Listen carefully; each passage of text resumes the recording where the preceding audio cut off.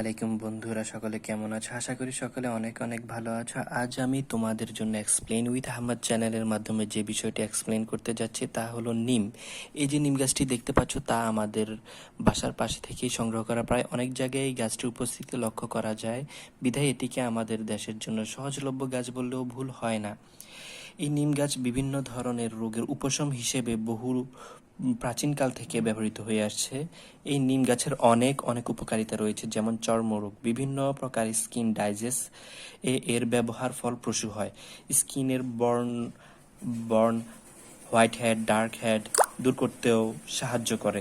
এই নিম পানিতে ফুটিয়ে গোসল করলেও দেহের অনেক ক্ষমতা বৃদ্ধি পায়, যা রোগ জীবাণুর সাথে লড়তে সাহায্য করে। এছাড়া জুস বানিয়ে খেলেও মানবদেহের রক্ত পরিষ্কার হয়। তাছাড়াও ডায়াবেটিস, দন্তরোগ সহ অনেক রোগের জন্য উপকারী এই নিম।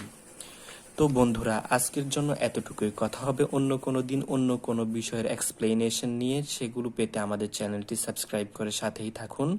ততদিন পর্যন্ত ভালো থাকুন, সুস্থ থাকুন। আসসালামু আলাইকুম।